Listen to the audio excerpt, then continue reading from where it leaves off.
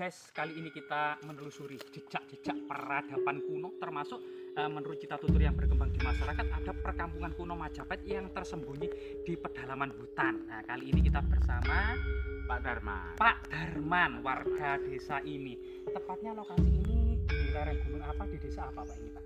Ini di lereng Gunung Anjesmoro di Desa Ngembat. Desa Ngembat, Kecamatan Gunung, Kabupaten Mojokerto, Jawa Timur. Dan di lokasi ini teman-teman banyak sekali artefak-artefak yang berkejar, artefak-artefak yang sangat penting ya. Coba seperti ini.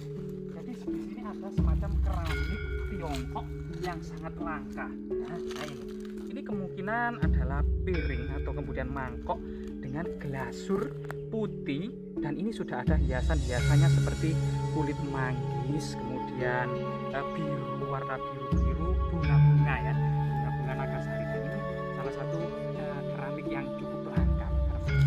Jadi banyak keramik Tiongkok di sini yang kita temukan Pak Darman ya.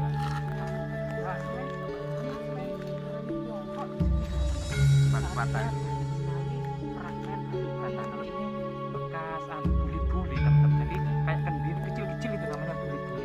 Nah, batu bata kunonya di sini berukuran ketebalannya ini diduga ya panjangnya sekitar 32 cm, lebar sekitar 22 cm kalau utuh ya, dan tebalnya ini 5 cm atau 4 sampai 5 cm. Ini diduga batu bata seperti ini daerah Kerajaan Singosari Majapahit. Jadi wajar saja kalau masyarakat mengenalnya dengan perkampungan Majapahit. Nah, juga ini Pak, fragmen tembikar ya, kemungkinan ini itu Era Majapahit Pak ini Pak ya, era Majapahit. Dan memang era pada masa lokal Kerajaan Majapahit, tembikar-tembikar ini belum memiliki teknologi glasur seperti sebagaimana keramik-keramik dari Tiongkok. Nah, keramik-keramik dari Tiongkok ini namanya dinasti Pak. Nanti kita akan mereview lagi ya dinasti Tiongkok.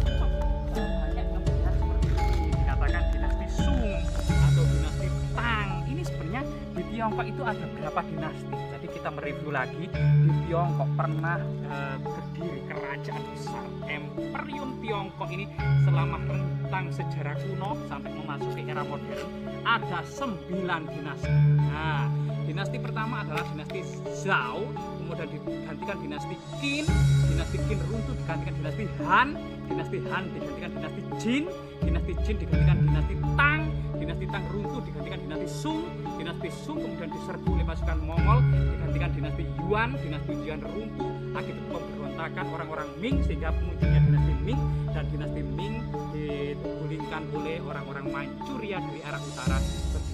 Dinasti Manchu yang rambutnya di kelabang itu yang agak botak depan itu adalah lambang-lambang masyarakat yang setia pada dinasti Manchu atau Manchuria ya, kayak kayak vampir itu. Nah, kayak vampir itu dinasti terakhir. Setelah itu masuknya Inggris ke Tiongkok ya, setelah itu modernisasi Tiongkok. Jadi ada 9 dinasti di Tiongkok dalam rentang sekitar 1500 tahun. Nah, ini luar biasa kan.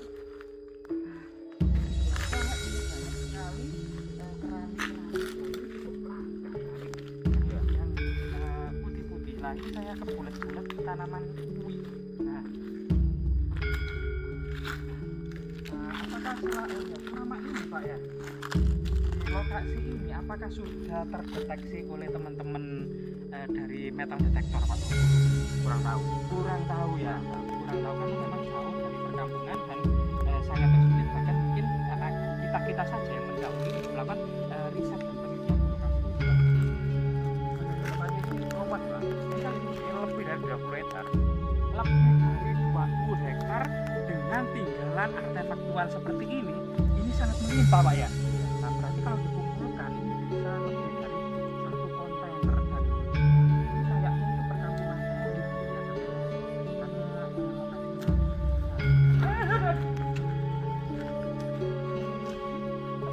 teman-teman. Jadi setelah hujan beberapa kemarin yang itu kemudian menggerus aliran-aliran dari erosi kecil ini sehingga artefak-artefak seperti ini itu bermunculan. Jadi kondisi seperti ini kalau di lapangan gitu ya yang asli. Jadi kita coba mengangkatnya, dan lah di sini adalah jejak kemudian peradaban masa lalu. Nah, dan ini sekali lagi ini penuh dengan pecahan keramik Tiongkok dari berbagai macam dinasti. kita ulangi lagi ya, ada 9 dinasti terbesar di Tiongkok. Zhao, Qin, Han, Jin, Tang, Sun, Yuan, Ming, Qin. Nah, ini hafal apa enggak? Nah, loh, jadi Tulang ini. gigi Pak ya? Gigi apa tulang apa ya? Tulang itu. Tulang yang masyarakat menyebutnya ini tulang raksasa Pak ya. Tulang oh, teman-teman sekali menarik. Ini ada tembikar kuno ini. Hah, Pak, kita menemukan koin Tiongkok Pak. Oh iya, Ini Pak. Jadi ini. Nah ini. Ini Tiongkok lah. Ini cuma fragmen dari perunggu. Lah ini gambar manusia. Ini berarti samping kiri. Ini paling pojok kiri. Bacanya ini adalah bau. Artinya mata uang. Yang bawah ini berarti bacanya tong bau. Tadi raja atau kaisar, ini mata uang kaisar. Yang 2 huruf yang atas dan kanan ini sudah hilang. Biasanya ini nama raja. Biasa Raja Ming, biasanya Yunglo Tongbao, berarti uang koin pada masa Kaisar Yunglo. Jadi setiap kaisar di Tiongkok ini membuat mata koin kepeng. Nah, ini salah satu yang perlu diperhatikan adalah sistem moneter. Nah, sistem moneter atau keuangan pada masa Majapahit ini kok banyak sekali menggunakan koin Tiongkok gini. Mata uang lokal Majapahit itu terbuat dari emas dan perak seperti potong-potongan kecil sebesar jagung. Ada yang jagung itu yang besar, ada yang kecil ya, jagung kecil. Ya ini harganya paling kecil nominalnya itu 2,5 gram Pak. Jika 1 gram saja itu 500.000 gitu ya. Nanti 2,5 gram ini bisa 1,5 juta. Artinya memang nominalnya sangat tinggi, khusus untuk beli kambing, khusus untuk beli rumah, untuk harga-harga yang tinggi. Sedangkan untuk sehari-hari ini Majapahit mengimpor koin Tiongkok tadi kayak tadi mana tadi di lapangan tadi bilang tadi sudah. Nah ini jadi koin-koin Tiongkok ini tercecer sedemikian rupa di area sekitar berapa tadi Pak Darman? 20 hektar ya, sekitar 20 skala 20 hektar penuh dengan harta karun melimpah. Ini saja tinggalan di permukaan, apalagi kemudian digali. Kemungkinan di dalamnya itu ada struktur tembok Pak ya. Kemungkinan itu ada bangunan. Mungkin. Iya, kemungkinan ada karena banyak sekali fragmen Ya, bata kuno ya. ya. Bata kuno. Bata kuno banyak sekali dan ini salah satu artefak-artefak penting sebagai petunjuk era kerajaan Majapahit. Nah, kalau era Kahuripan memang belum diimpor koin. Zaman dulu itu nenek moyang kita itu tidak bekerjasama sama asing berarti ya. Nah, dalam bidang perdagangan bener ya, hasil hutan, hasil bumi Nusantara itu sangat diperlukan oleh kaisar-kaisar Tiongkok. Salah satunya adalah jahe, madu, bisa pasukan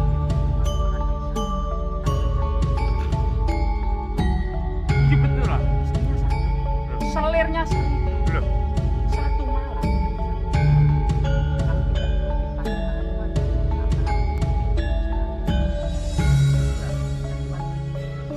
Pinter bisa ya.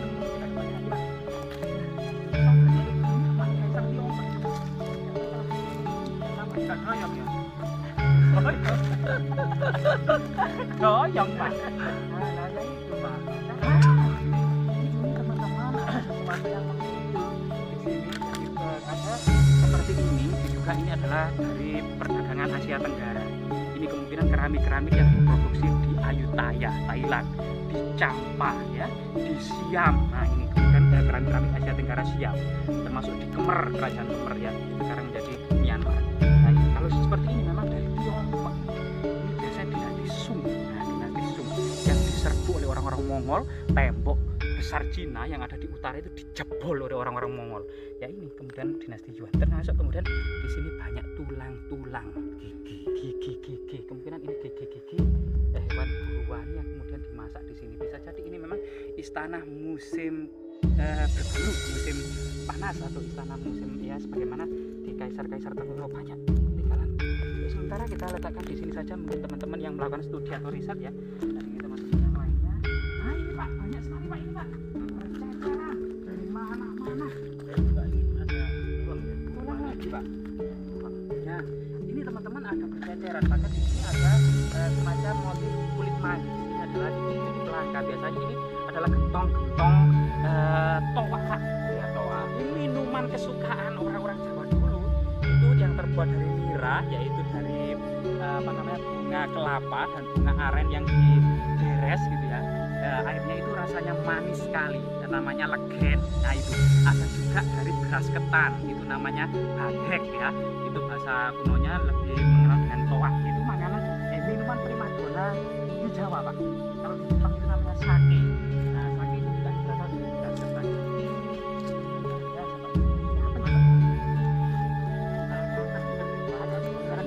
Semua ini bukan batu, ini di permukaan teman-teman. Dan ini banyak sekali harta karun yang terpendam, baik tadi ya banyak tembikar, koin-koin ketek.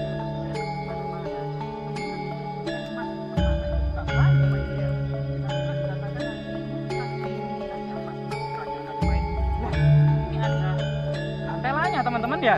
Nah, gantelannya itu seperti dasi kupu-kupu ya, seperti dasi kupu-kupu, seperti hotels ya.